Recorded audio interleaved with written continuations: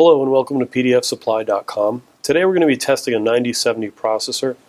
I have here an IC697 CPU771 and I've got it in a empty 5-slot rack. This is the IC697CHS750 rack and it's being powered by an IC697 PWR711 power supply.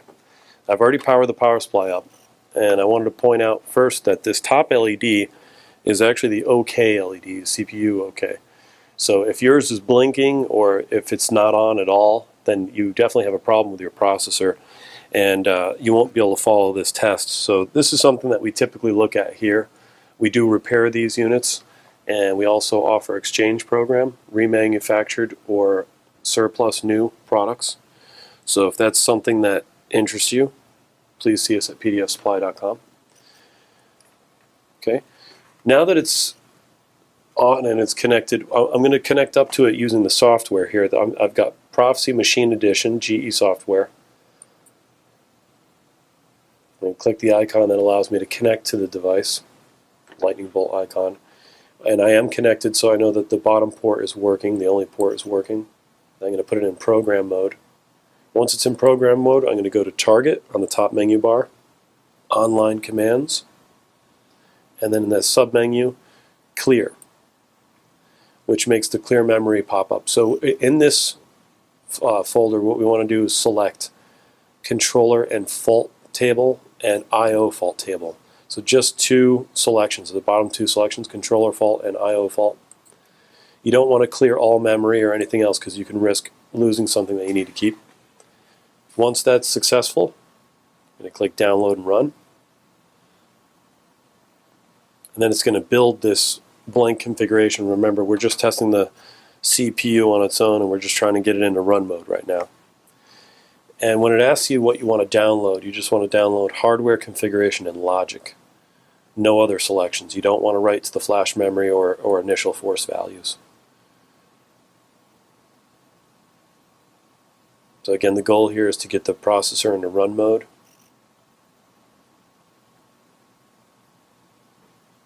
And incidentally, I want to point out to make sure that you do have a memory card. You have to have an expansion memory card on this processor in order for this test to work. Whichever memory card that you use, it doesn't really matter, just as long as you have it configured correctly in the CPU itself in the software. So now we've got it in a run mode. I'm going to point out again, this is the OK LED, this is the run light enabled, and this is the I/O enabled. Using this 3-position toggle switch, which right now is in the top position, we're going to test to see if I can turn these on and off. So the first one down, shutting off the I/O, so that's I/O disabled. Second click down in the lowest position is the run disabled, and back on. So we know that that works, and we know that the port works. So if that's basically the whole test. If you feel like this processor is still giving you a hard time, what you want to do is let it run overnight, over a weekend, a couple days if you can, and you're hoping to see that the processor stays in run mode over that time and it doesn't kick itself out, because if it kicks itself out, there's a bigger problem. So something you can do is go into, again, Proficy Machine Edition, check under Target, and then below you'll see Diagnostics.